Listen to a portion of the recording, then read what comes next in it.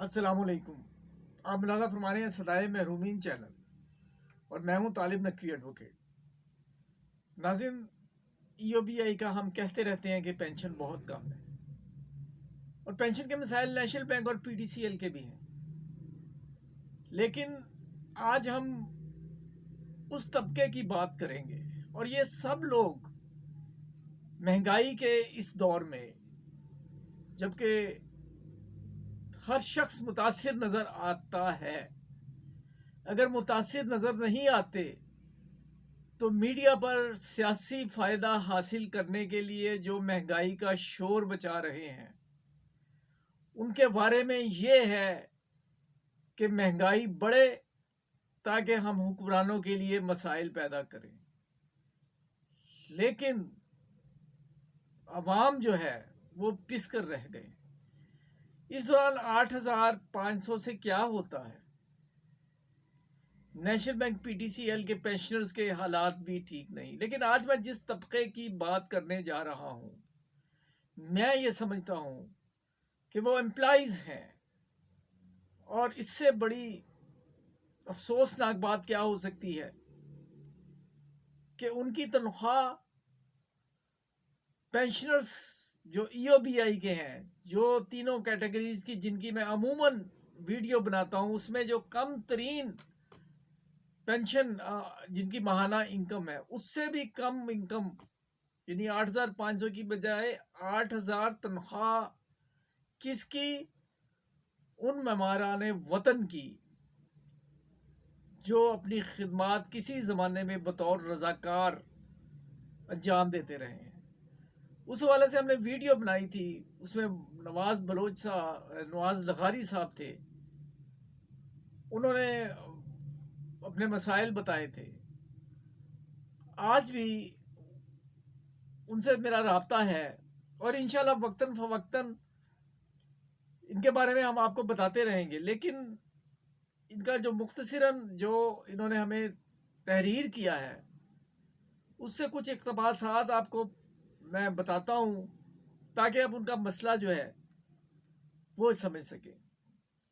سی سی آئی کے 42ویں اجلاس کے فیصلے کے مطابق 1 جولائی 2021 سے بیکس اور این سی ایچ ڈی کے فیڈر سکول اور اساتذہ صوبوں کے ہینڈ اوور ہو چکے۔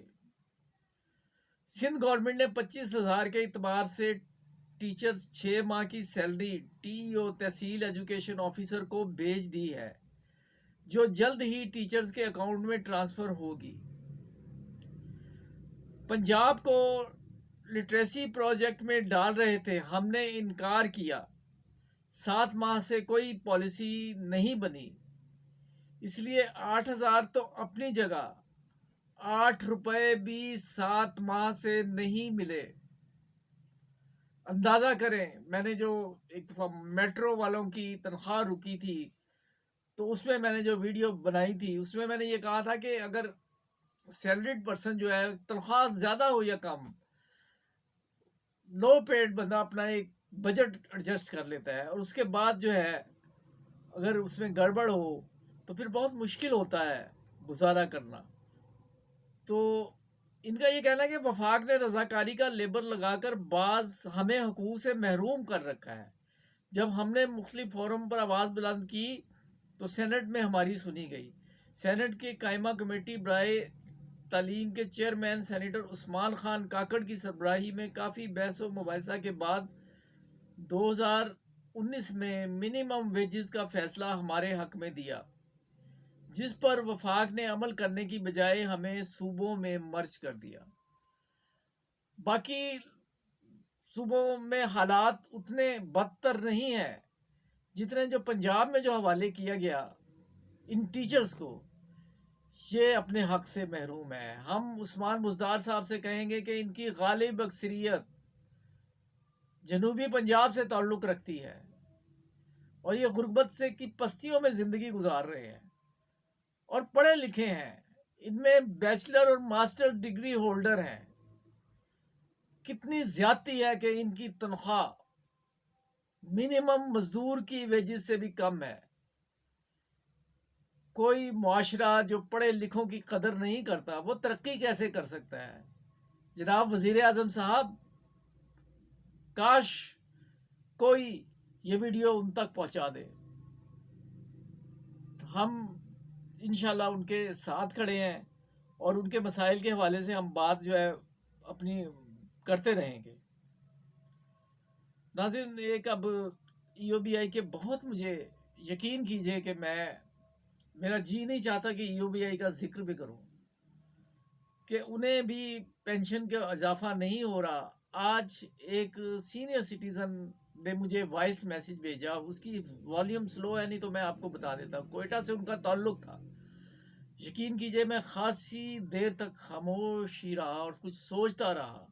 ان کی آواز نہیں نکل پا رہی تھی اور دوران گفتگو وہ کھانس رہے تھے اور وہ یہ کہہ رہے تھے کہ ہماری سن لو، کیوں پینشن کیوں نہیں بڑھا رہے.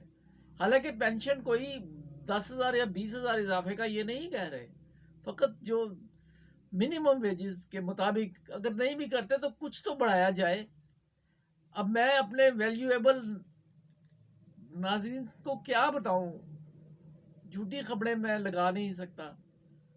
ابھی تک اگر کوئی خبر ہوئی ہوتی تو ایپوا کے نالج میں ہوتی، جبکہ ایپوا کے جو چیئرمین ہیں وہ وزیر اعظم سے اپیل کر رہے ہیں اور وہ انہیں کہہ رہے ہیں کہ انہیں عزت و وقار کے ساتھ رہنے کا موقع دیا جائے اور ان کی پے بڑھائی جائے.